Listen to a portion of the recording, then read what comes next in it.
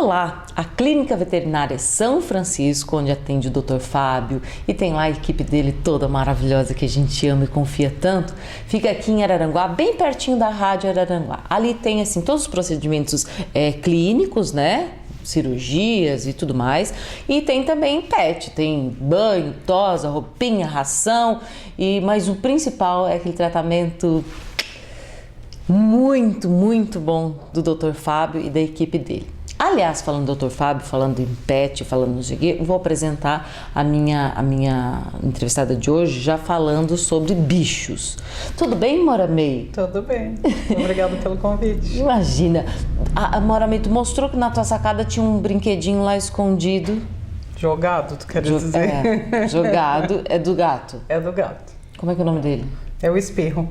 Por que Espirro? Porque ele foi encontrado lá em Bituba, numa caixinha, numa chuva, abandonado. Uma menina pegou e eu coloquei no Face que queria um gato, ela mandou para mim, por uma amiga de Tubarão, e ele veio importado de Imbituba. E ele já veio com o nome, Espirro. Ah, que sensacional. O Face tem essas coisas de aproximar, que a gente nem imaginava. Ele é super educadinho, assim, nem parece que foi na rua. Ai, que amor. Só é brabo, muito brabo? É. Se ele gosta, ele é extremamente afetuoso. Tá. Se ele não gosta... E contigo ele... Beleza. Ele só é muito manhoso comigo. Não sei porquê. Também não sei porquê. Por que será que ele deve ser manhoso com ela? Mora May, tu acha que as pessoas que têm animais em casa... Saiu uma pesquisa agora do IBGE incrível, né? Que tem 1,8 cães ou gatos por família no Brasil. Quer dizer, as residências estão cada vez mais com um pet, né? Um bichinho. Tu acha que isso é importante? Até que ponto? E até que ponto os nossos animais estão substituindo pessoas? Nossa, eu acho que animais não substituem pessoas. Eu, particularmente falando pessoalmente, não concordo quando alguém diz o meu filho para um animal, né? Mas eu acredito que seja muito importante. Cientificamente está comprovado. A criança fica muito mais afetuosa, melhora a imunidade quando ela tem um animalzinho por perto. Ela aprende a dar carinho, a receber, a respeitar. Então, um animal para mim é bem importante. Embora a gente saiba que na correria do dia a dia ele pode ser um fator estressante também na casa, né? Porque se é para pegar um animal e não cuidar direito... Eu tenho uma filha que adora animais. Eu acho que eu faço pelo meu bichinho o que eu posso. Ela acha que eu não cuido o suficiente. Então, isso é muito particular, assim. Mas não que eu também acredite que pessoas que não gostem de animais sejam piores do que quem gosta. Né? Mas eu acho que elas estão perdendo a oportunidade de se aprimorar. É verdade. Um exercício de amor, né? De relacionamento. De amor. Tu tinhas cachorro ou gato, enfim, quando era pequenininha? Sempre. Desde criança? Sempre. Quem na Não tua só casa que cachorro. gostava? Tua mãe? Todo mundo. Sério? Todo mundo. Tu nasceste aqui? Eu nasci em Araranguá, mas a minha mãe era de família de agricultores.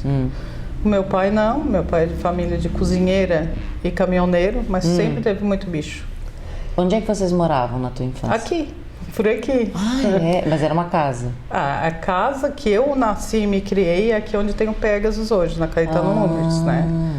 Então, sempre teve, inclusive, cachorro, gato, pato, codorna, periquito, papagaio, tudo que é bichinho. Que legal. O que mais tu lembra, assim, muito marcante na tua infância?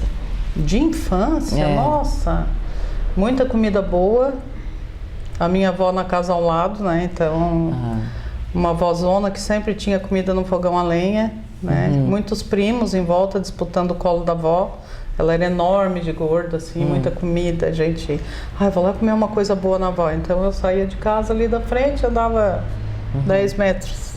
E para qualquer primo meu, se tu perguntar o que mais marcou na tua infância, é a minha avó, Luísa, e a minha tia Queca. Por que tia Queca fazia o quê? A tia Queca era uma tia dedicada demais para os sobrinhos. Ela ensinava a gente a costurar roupinha de Barbie. Eu não sei, parecia que ela tinha todo o tempo do mundo pra gente. Era quase um laboratório de afetividade a casa da minha avó. Era a tia e a avó. Era lindo, sim. Que legal. E como é que era a Mora Mayzinha pequenininha? Mora Mayzinha pequenininha... Eu não sei exatamente como, assim, mas bem, muito, muito, muito ingênuo, assim, muito pura, achando que a vida era só cor-de-rosa, porque eu tive um pai que sempre trabalhou muito, mas eu tive uma vida de princesinha quando eu era pequena. Então eu ouvia as minhas amigas, ai, que vontade de ter aquilo, ai, como a minha infância foi difícil. Se eu disser que a minha infância foi difícil, eu estou sendo injusta e mentindo. Porque eu era filha única de menina, né? Então tinha outros meninos, meus irmãos. Quantos 2 biológicos e 2 adotivos, né? Mais novos, 4 então. Mas eu fiquei muito Todos tempo... mais novos? Todos mais novos. Eu era mais velha e menina, então eu era o centro da casa, assim, o pai sempre... Então foi uma infância muito tranquila, eu acho que foi uma boa menina, não incomodava, né? Ajudava em casa? Nossa, ajudava não, era responsável pela casa, tipo... Acordava, limpava a casa toda, fazia almoço. Cuidava dos irmãos? Exatamente, porque a mãe trabalhava 40 horas. Não era uma dondoca de não fazer nada, mas era uma menina que me sentia muito amada, né? Isso me marcou muito, assim. Por ser menina e só tu de menina, deve ter tido uma relação com teu pai também muito afetuosa, muito próxima. Até hoje, muito próximo. Bastante. Quando tu fala do teu pai, assim, te vem uma cena? Uma cena? Vem. Uma cena que me traumatizou. É que o pai nunca encostava a mão em mim, nunca coisa nenhuma, assim. E um dia na adolescência, eu não sei o que eu disse, que ele fez... Pegou forte. Mas ele só pegou aqui, Sei. meu Deus. Eu tive a impressão que eu tinha sido espancada, quase morri, né?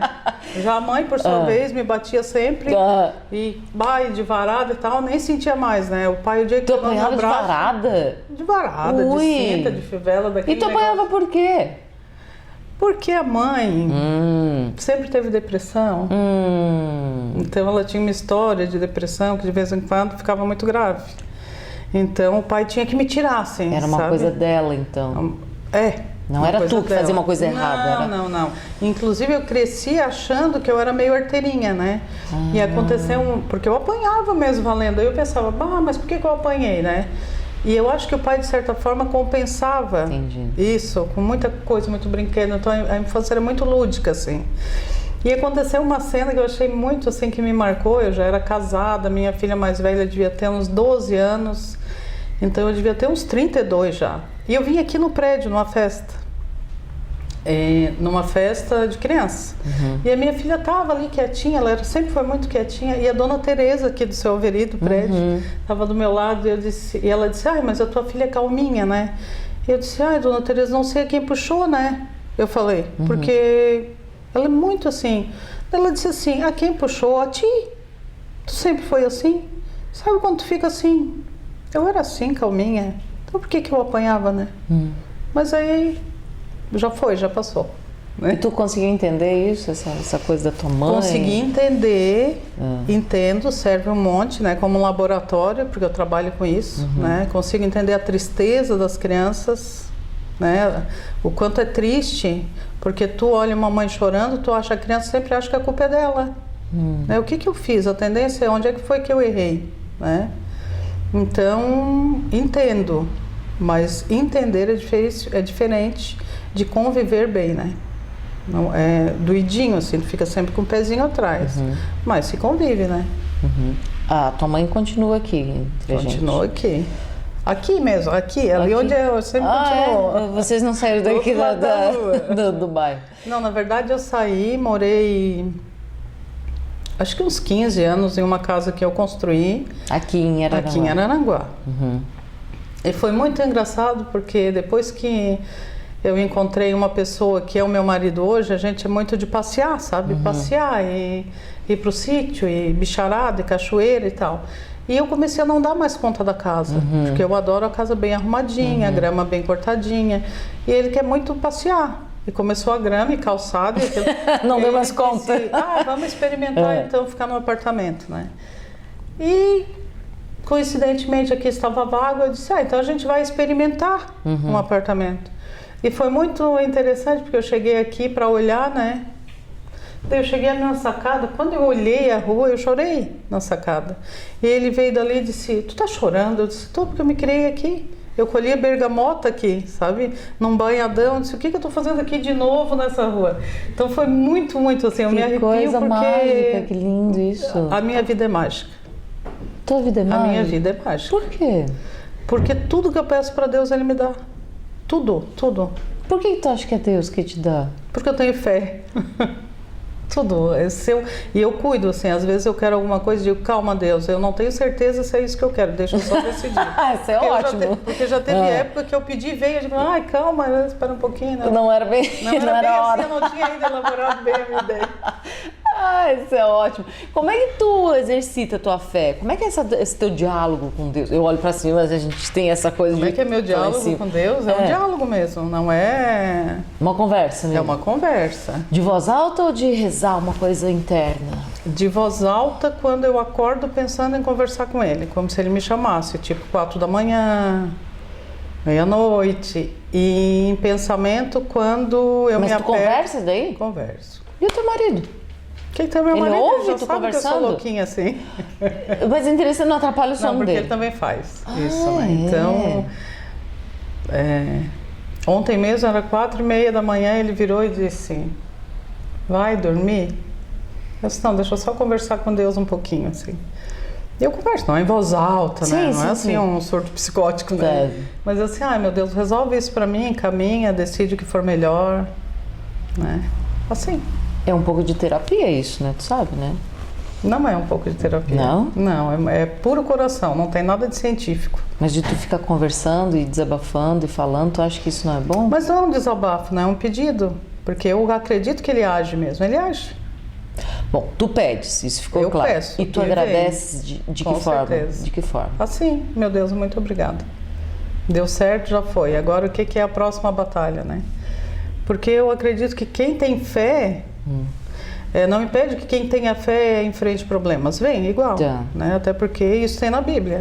Chove para quem é justo e para quem não é. Né? Problemas vêm para quem é justo e para quem não é. Só que a diferença está na hora de resolver. Quem está com Deus e quem não está, né? E a forma de resolver isso, para mim, é nítido. Assim. Quando que tu encontrou essa fé, essa ligação tão forte? Ah, assim? desde sempre. Desde sempre? Desde que sempre. Interessante. Tá, e quando que ela balançou? Já balançou essa tua fé? Bah, se eu te disser que não balançou, talvez tu nem acredite. E olha que eu já passei por muitas e boas, não é poucas e boas. Muitas e boas. Muitas e boas. Eu vou voltar ainda um pouquinho para não perder a referência. Tu falaste que chegasse aqui, lembrou da tua infância e tal. Tu lembra quando a casa foi desmanchada para dar lugar a um prédio? Lembro, que horror.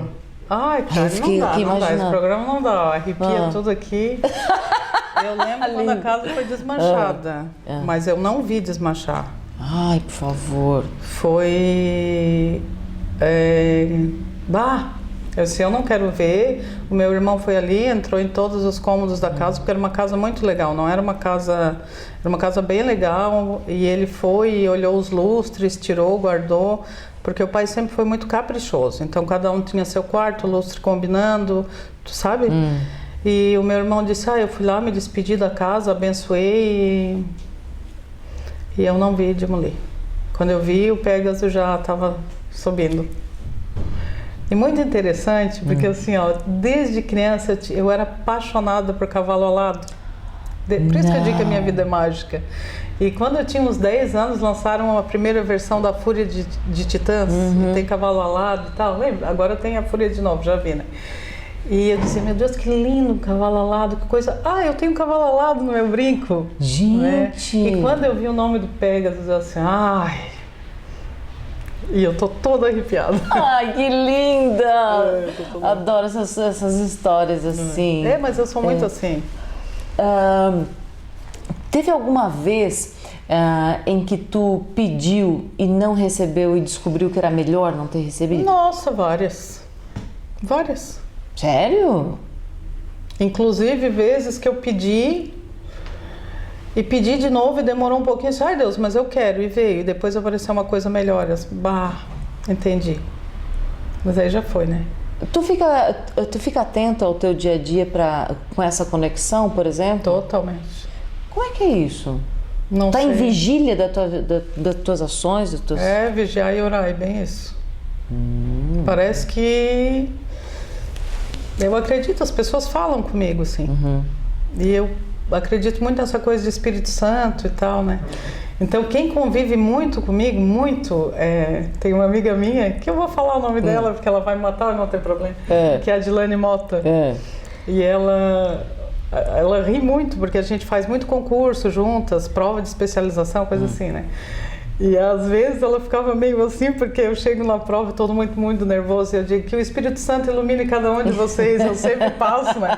Aí lá ultimamente, nos últimos 5 anos, ela diz, Maura, faz aquela oraçãozinha aí para nós duas. Eu digo, agora tu já aprendeu, né? Faz. Mas essa coragem de levantar a mão e dizer que o Espírito Santo nos ilumine, nos abençoe, é difícil a pessoa dizer, né? Porque tem muito julgamento.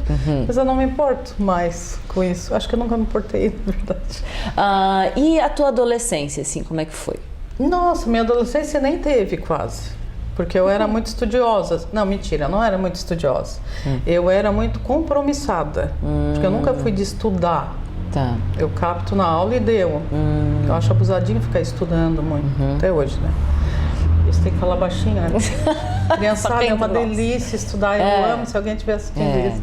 Tá. E o que acontece? A minha adolescência, com 13 anos, eu já comecei a querer namorar, né? Eu tinha um namoradinho aqui, sempre tinha um menininho apaixonadinho, o pai muito ciumento, a mãe muito pudica, então era uma guerra, né? E, eu vou fugir com o namorado, aquelas bobiçadas de adolescentes, né? Só que daí eu casei com 17, então eu não vivi a adolescência, eu não saí nada. 17 anos. Com 17 anos. Esse casamento durou quanto tempo? 11 anos. 11 anos. E é de onde nasceram as tuas duas filhas? Isso, a Cândida que está ali nos ouvindo. A Cândida que está lá. E a Luísa que está trabalhando. O que deu errado nesse casamento? Gente, ela disse para de vez em quando eu falar com vocês. Eu devia ter pensado bem antes de aceitar isso. Não, mas olha só, se tu não quiser responder, não como. Eu vou responder. Diferença de valores. Né? Não sou melhor nem pior, nem ele melhor nem pior. Mas a diferença de educação foi muito grande. Né? Eu tive sempre, como eu falei no início da minha infância, de eu quero um patins, eu ganhava um patins, eu quero não sei o que, eu ganhava. Né? Mas eu também tive que muito pagar por isso, tipo, tu fez a faxina do sábado, sabe? Era uma troca. É uma troca, tudo tinha um valor, né? Eu vi o pai muito cansado, trabalhava muito, minha mãe trabalhou muito na vida, né? 40 horas, professora de educação fundamental, infantil. E assim, tudo era com muito custo, mas tudo em cima de muita honestidade, sabe? E essa coisa do honesto, do não mentir, de pagar as coisas em dia, para mim é muito forte. Então foi uma diferença de valores. Quantos anos tu tinhas quando nasceu a tua primeira... A Luísa? A Luísa. A Luísa, eu tinha 20. 20 anos. Tá, o que foi pra ti, assim, 20 anos e uma filha? Tu teve noção de... Com certeza. De que aquilo ali era filho mesmo? Com certeza. E cuidei muito bem e... Nossa! Fala um pouquinho da Luísa pra gente, assim. Nossa, a Luísa fisicamente é o meu xerox, todos dizem, né? Aquela ali é tua filha, né? Porque é cara.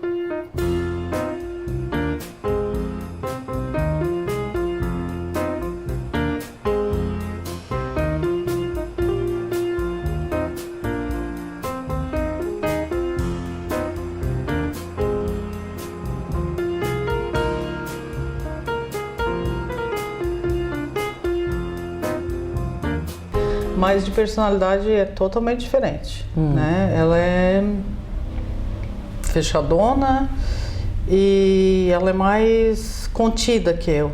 Eu sou muito impulsiva. Mas a minha impulsividade não é sem pensar, é na fé. Porque eu acho assim, se tu não vai, o não tu já tem, né? Então vai, se vier não, é lucro igual, né? Tu tentou. E ela não, ela é mais travadona, assim, né? Mas é afetuosa, é doce... Né? E mora contigo ainda? Mora comigo ainda. Ninguém quer parar de morar comigo. É tão bom morar com a mãe. E daí quanto tempo depois veio a Cândida? A Cândida veio quase 5 anos depois. Eu estava no meio da faculdade e veio a Cândida. Então não foi planejado? Assim. Foi, eu quis a Cândida. Tu quis no meio da faculdade? Eu quis. Como tu dá conta das coisas do namoro meio? Eu não sei como eu dou conta das coisas. Todo mundo pergunta isso pra mim. Eu não sei se eu dou conta, né? Essa é bom. Depois eu vou perguntar pra Cândida se tu dá conta. Cândida, tua mãe dá conta? E a Cândida, fala um pouquinho dela, assim. A Cândida, eu acho, aparentemente, o rostinho dela, pra mim, é a carinha do pai dela.